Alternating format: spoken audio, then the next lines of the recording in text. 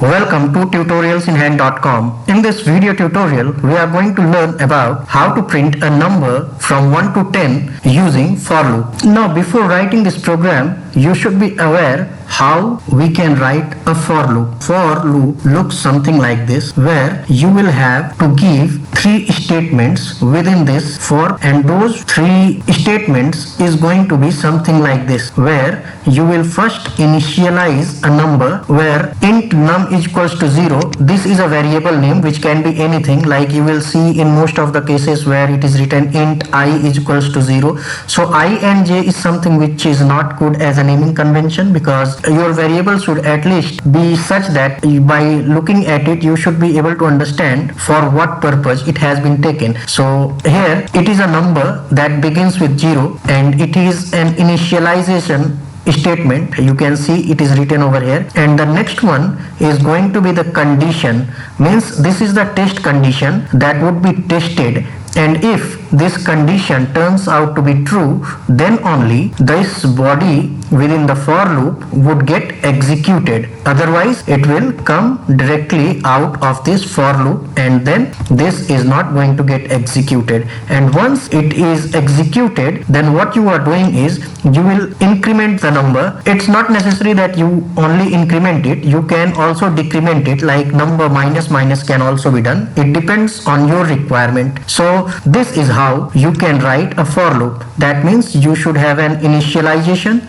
you should have the test condition, and then you should increase or decrease the number based on the requirement. And now we are aware that how we can write a for loop. So let's begin this program where we need to print the number from 1 to 10 using for loop, right? So we know that we have to start from 1. So what should our initialization number be? It should be starting from 1, right? Because we want to print the number starting from 1, and then we will have this semicolon, and then we need to have the test condition. And what should be the test condition? The test condition should be this number should be less than is equals to 10, right? Till this number is less than or is equals to 10, you should keep on executing this for loop. And the next thing which we want to do is we want to increase this number by 1 after each loop, isn't it? So this is what we need. Why we are not decrementing it? Why we are not writing minus minus? Because if we write minus minus, then what will happen is number is at 1, and then once the loop gets executed for the first time, then you are decrementing it by 1,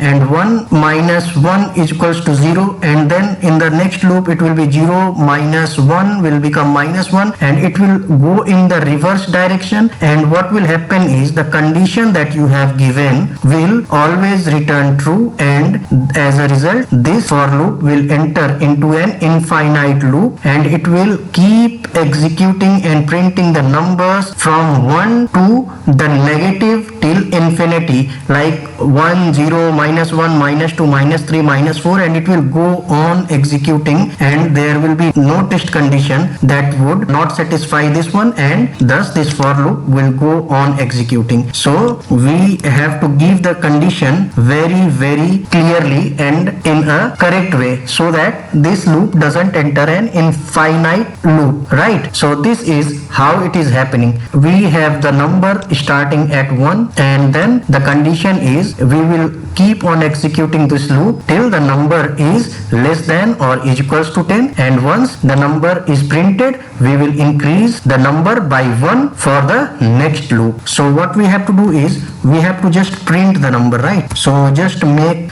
syso control tab, and you will get system.out.println, and just print the number, the value that number holds for this loop. So how it will work? Now once you run this program, what will happen is the number will begin from 1, right? And then we will check 1 is less than is equals to 10 or not. So definitely 1 is less than is equals to 10. So we enter inside this for loop, and we are printing the value of the number. What is the value of the number? It is 1 for this loop. Okay, for this iteration the value is 1, and it will be printed. Now this is done, so we will come to the next line where there is nothing to be printed. So what is happening is number will be incremented by 1 and then 1 will become 2 for the next iteration, and when next iteration begins, what will happen is this value is going to be 2 and then it will check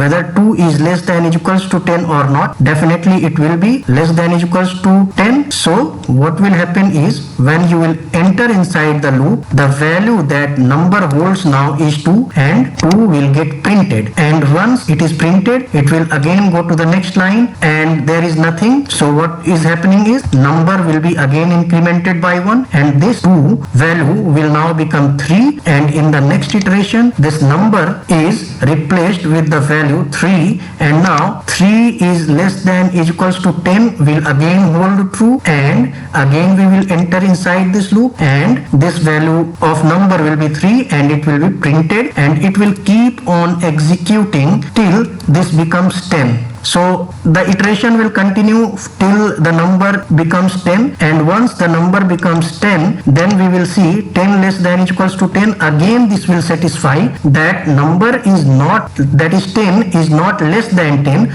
but 10 is definitely equals to 10. So this condition gets satisfied, and as a result 10 will also get printed. That is, for the iteration, the number having the value 10, in that iteration also the for loop will get executed and the value of 10 is going to get printed. Now be alert, after the value 10 is printed, it will go to the next line and it will increase the number by 1, right? Now the value becomes 11. Now when you come over here and you check 11 is less than or equals to 10, definitely not. 11 is neither less than 10 and 11 is neither equals to 10. So the condition does not satisfy this time, and as a result this for loop will terminate. That means this for loop is not going to get executed. That is, the body that is written inside this for loop is not going to get executed, and thus the control would pass to outside of the for loop and your program would end by printing the number from 1 to 10. So let's execute this one to see whether what we are saying holds true or not. So we have run it. Now see, the number is getting printed 1, 2, 3, 4, 5, 6 till 10, right? So how it is happening? The way I explained, and I hope you have been able to understand how this works. Now if you want to see something else, you can have one statement outside this for loop executed successfully. So what will happen is, once for loop gets executed, that means 1 to 10 is executed, then it will come outside the for loop and the other statements that you have written in your program will get executed. It's not like there can be only print statement. After this for ends, you can have another for, you can have if loop, you can have while loop, you can have any logic written over in your program. That depends on the requirement, but for now our focus is on the for loop and how the for loop works, and I hope you have understood how it works. Let's run this one